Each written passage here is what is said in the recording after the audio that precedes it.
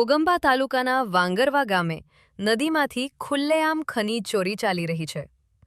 નદી દસ્તારમાં ટ્રેક્ટરો દ્વારા બેફામ રીતે રેતી ખનન કરી ખુલ્લેઆમ વેચાણ કરવામાં આવી રહ્યું છે. વાંગરવા, સનિયાડા અને જોરાપુરા 3 ગામોનું સામૂહિક સ્મશાન આવેલ વિસ્તારમાંથી સરકારી પડતર ગૌચર જમીન પર કોઈ મંજૂરી વિના રેતી કાઢવામાં આવી રહી છે હોવાનો સ્થાનિકોએ આક્ષેપ કર્યો છે. રોજિંદા ધોરણે ટ્રેક્ટરો ફેરા મારી રહ્યા છે, જેના કારણે નદીના કુદરતી પર્યાવરણને ભારે નુકસાન થઈ રહ્યું છે અને કાયદા વ્યવસ્થાનો ખુલ્લેઆમ ભંગ થઈ રહ્યો છે. આ સમગ્ર મામલે ગ્રામજનોએ તાત્કાલિક કાર્યવાહી કરવાની માંગ ઉઠાવી છે.